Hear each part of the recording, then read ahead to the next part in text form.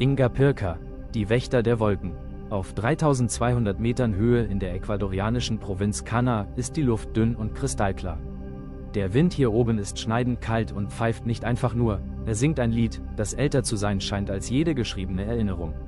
Majestätisch, fast trotzig gegen die raue Andenlandschaft, erhebt sich vor unseren Augen das Castillo, der Sonnentempel von Ingapirca. Was auf den ersten Blick wie eine bloße Festung wirkt, entpuppt sich bei näherem Hinsehen als ein steinerner Knoten im Gewebe der Zeit. Es ist das bedeutendste archäologische Monument des nördlichen Inka-Reiches und zugleich eine architektonische Unmöglichkeit.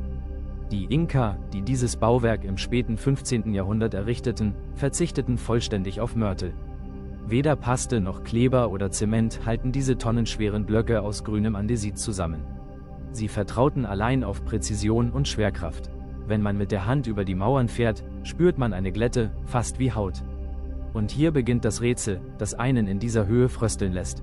Wie war es möglich, ohne Eisenwerkzeuge und moderne Maschinen diese Steine so präzise zu behauen, dass sie sich auf den Millimeter genau ineinander fügen, sodass keine Klinge dazwischen passt? Wie konnten Menschen, die das Rad für den Transport nicht nutzten, diese gigantischen Felsbrocken aus den Steinbrüchen bewegen und in diese perfekte, schwindelerregende Form zwingen? Besonders faszinierend ist die Form selbst. Diese elliptische Bauweise des Sonnentempels ist im gesamten Inka-Reich nahezu einzigartig. Wo sonst rechteckige Stränge herrschte, sehen wir hier einen geschwungenen Bruch mit der Tradition. Warum diese Abweichung? Vielleicht liegt die Antwort im Boden unter den Fundamenten verborgen. Ingapirca ist eine Geschichte, die über eine ältere geschrieben wurde. Lange bevor die Inka kamen, verehrte hier das Volk der Kanari den Mond.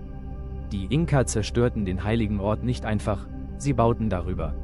Sie setzten ihren Tempel der Sonne exakt auf den Tempel des Mondes. Und wieder drängen sich Fragen auf, die in der Stille widerhallen. Wie sah das Zusammentreffen dieser Kulturen wirklich aus? War es eine brutale Unterwerfung, oder ist die fugenlose Verbindung der Steine ein Symbol für eine erzwungene, aber perfekte Symbiose? Unten die rauen Flusssteine der Kanari, oben die polierten Quader der Inka. Mond und Sonne, vereint in Stein. Doch das vielleicht größte Mysterium offenbart sich im Licht. Dieser Tempel ist nicht nur ein Gebäude, sondern ein gigantisches Uhrwerk. Die Positionierung der Fenster und Nischen folgt einem höheren Plan, keinem Zufall. Zur Zeit der Sonnenwende fällt das erste Licht des Morgens mit einer solchen Präzision durch den Eingang, dass es die heiligen Kammern im Inneren in gleißendes Gold taucht. Wie tief muss das Verständnis dieser antiken Astronomen für den Kosmos gewesen sein, um den Lauf der Gestirne in statische Architektur zu übersetzen? Wie viele Generationen von Priestern mussten den Himmel beobachten, um diesen einen, perfekten Moment des Lichts für die Ewigkeit einzufangen? Ingapirca war nur für kurze Zeit ein lebendiges Zentrum der Macht, vielleicht kaum 50 Jahre, bevor die Spanier kamen und das Reich im Chaos versank. Der Ort fiel in einen Dornröschenschlaf, geplündert und von der Welt vergessen, bis die Moderne ihn wiederentdeckte. Heute stehen wir hier und lauschen. Wir hören keine Antworten, nur den Wind in den Ruinen. Aber vielleicht ist das genau der Punkt.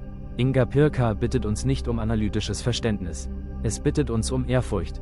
Es ist der stumme Zeuge einer Zivilisation, die wusste, wie man Steine zum Sprechen bringt. In einer Sprache, die wir heute kaum noch verstehen.